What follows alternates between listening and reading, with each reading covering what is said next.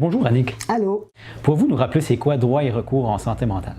Alors, Droit et recours est un organisme régional de promotion, d'information, d'aide, de sensibilisation, de formation avec les dossiers de droit. Donc, dans la défense des droits en santé mentale, dans tous les secteurs avec lesquels la personne est en relation, donc elle peut avoir de l'information, de l'aide, du support pour comprendre puis mettre à terme toutes les procédures qu'elle doit se faire pour pouvoir se faire respecter davantage. Du 7 au 13 mai, c'était la Semaine nationale de la santé mentale. Oui. Le slogan cette année, c'est « Agir pour donner du sens ». Pouvez-vous nous en parler? Effectivement, bien sûr. Bien, l'année passée, en fait, le slogan, c'était vraiment 7 astuces pour se recharger. Donc, il y avait vraiment agir, ressentir, s'accepter, se ressourcer, découvrir, choisir, créer des liens.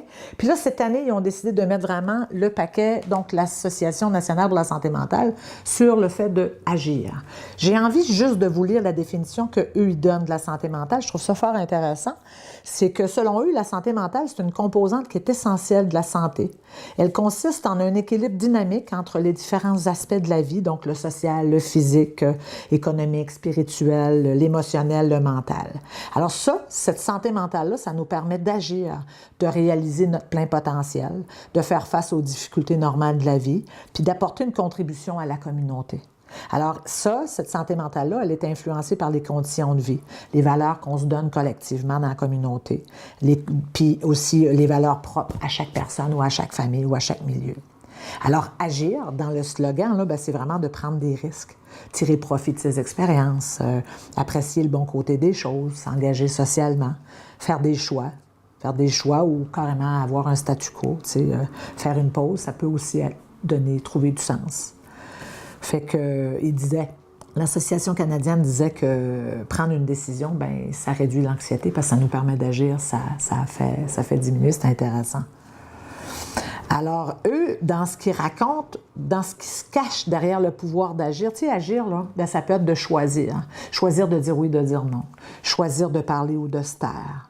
Choisir de ne rien faire ou d'attendre le bon moment, de prier, de méditer, donc de se mettre en action, de cohabiter avec quelqu'un, de s'ouvrir à des imprévus, d'aller chercher de l'aide, de relever des défis. Alors, c'est tout ça, agir. Agir, c'est aussi travailler ensemble à identifier des causes, des problèmes et tenter de trouver des solutions. Ça peut aussi, comme je le disais, le statu quo, j'arrête, j'attends. Je vais prendre une pause, je vais réfléchir. C'est aussi ça, agir, de décider que c'est le temps de réfléchir, de prendre du recul. C'est intéressant. Puis eux, ce qu'ils rapportent dans le fait de prendre soin de soi, d'agir, d'aller dans ce sens-là, ils veulent agir pour donner davantage de sens dans notre vie. Alors pour eux, donner du sens, c'est le sens que nous donnons nous-mêmes aux événements qui nous touchent.